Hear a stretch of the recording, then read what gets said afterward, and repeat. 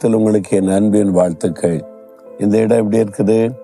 நான் சொன்னல, தேவனுடைய தோட்டம், அதாவது ஜெப தோட்டம். இது இந்த இடம் தான் வாக் வித் காட், தேவனோடு நடக்கிற ஒரு தோட்டம். இந்த இடத்துல அதுக்கான சூழ்நிலையை நான் கொஞ்சம் செஞ்சு வச்சிருக்கிறோம். ஆனால் ரொம்ப அமைதியாக இருக்கும், நல்ல ஃபுல்லாக மரங்களாக இருக்க, நிழலாக இருக்கும், குளிர்ச்சியாக இருக்கும். அப்படியே நடந்து ஆண்டவரை துதித்து ஜெபிச்சுட்டு கொஞ்சம் உட்காருன்னா இப்படி உட்கார்ந்து வசனத்தை தியானிக்கிறதுக்கான வசதிகள்லாம் செய்திருக்கிறோம். அதாவது ஜெபிப்பதற்கான வசதிகளை உண்டாக்கி வச்சிருக்கிறோம்.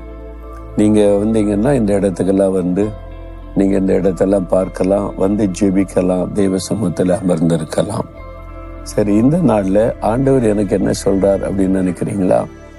ஏசாயா 41:10 நீ பயப்படாதே, நான் உன்னுடனே இருக்கிறேன் அப்படின்னு ஆண்டவர் சொல்றார். ஏன் அந்த வார்த்தை சொல்றார் தெரியுமா? ஏதோ ஒரு பயம் உங்களுடைய உள்ளத்தில் இருக்குது, ஏதோ ஒரு காரியத்தை குறித்த பயம். ஒருவேளை ஒரு சின்ன வியாதி உங்களை பாதித்ததுனால இது கற்பனை பண்ணி பெரிய வியாதியா இருக்குமோ, அப்படி ஆயிருமோ, இப்படி ஆயிருமோ, ரிசல்ட் எப்படி வருமோ, பயம். ஒரு சின்ன பிரச்சனை ஆரம்பிச்சிருக்குது, இந்த பிரச்சனை பெருசாயிட்ட என்ன பண்றது, இந்த மாதிரிலாம் இருக்குது, ஒரு சொல்யூஷனே கிடைக்க மாட்டேங்கிற பயம். இந்த கடன்காரங்க நிற்பாங்களே, எப்படி பணத்தை கட்டுறது, இந்த பணத்தை கொடுக்க வழி இல்லாமல் இருக்குன்னு எவ்வளவு நாள் இந்த கஷ்டம், பயம். மனிதர்களை குறைத்த பயம்.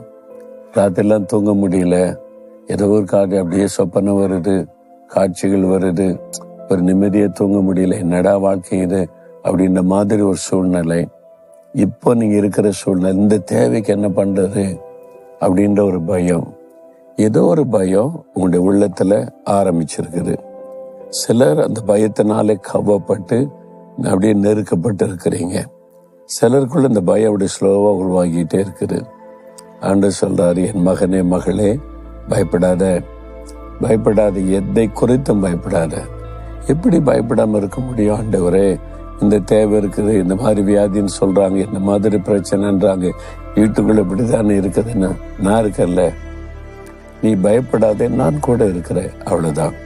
அவர் யாரு கூட இருக்கிறார் சொல்றவர்? சர்வலோகத்தின் ஆண்டவர்.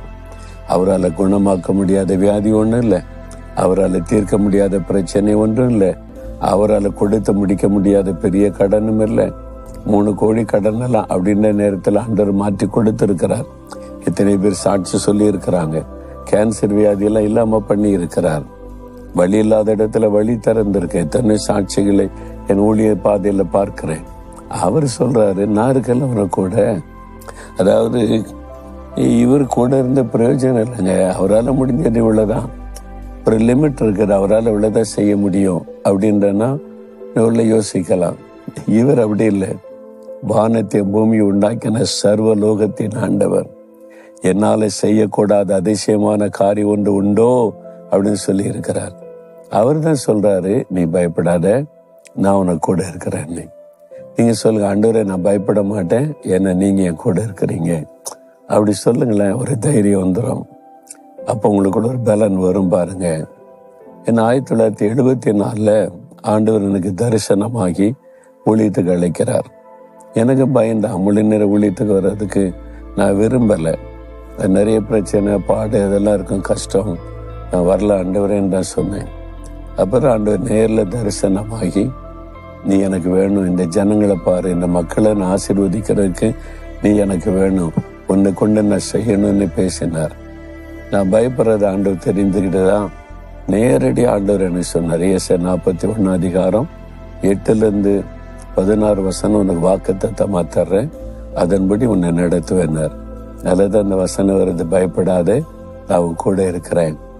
இப்பவும் நான் கடந்து வந்த ஊழிய பாதையில 50 வருஷம் ஆயிட்டு. 74 ஆண்டு உழைச்சார்ல, எத்தனையோ பாடு, பிரச்சனை, நெருக்கம், பயப்படுகிற சூழ்நிலை. அப்பெல்லாம் ஆண்டு சொல்லுவார், நான் உனக்கு என்ன வாக்கு கொடுத்தேன், நீ பயப்படாத, கூட இருக்கிறேன்னு சொன்ன. ஆமா ஆண்டவரே, நீ பயந்தபடி ஏதாவது நடந்திருக்கா? ஒன்னும் நடக்கல. விசுவாச சும்மா பயமுறுத்துவான், நான் கூட இருந்து உனக்கு ஜெயம் தருவேன். இதுவரைக்கும் அப்படியே நடத்தி இருக்கிறார். உங்களுக்கு செய்ய மாட்டாரா? செய்வார், விசுவாசிங்க. அந்த வாக்குத்தத்தத்தை சொந்தமாக்கி, ஆண்டவரே நான் பயப்பட மாட்டேன், நீங்க என் கூட இருக்கிறீங்க அப்படின்னு சொல்லுங்களேன். இப்பவே ஒரு தைரியம் உள்ளத்துல வரும். நீங்க பயப்படுகிற காரியம் ஒண்ணு இல்லாம போயிரும் பாருங்க. அப்படியே சொல்லுங்க, இயேசுவே, நீங்க என் கூட இருக்கிறதுனால நான் பயப்பட மாட்டேன். நீ பயப்படாத, நான் கூட இருக்கிறேன்னு எனக்கு வாக்கு கொடுத்திருக்கிறீங்க.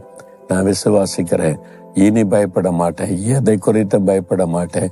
இந்த நான் பயப்படுகிற காரியத்தை நீங்க தலைகளா மாற்றி போடுவீங்க. நான் விசுவாசிக்கிறேன். இயேசுவின் நாமத்தில் ஆமேன், ஆமேன்.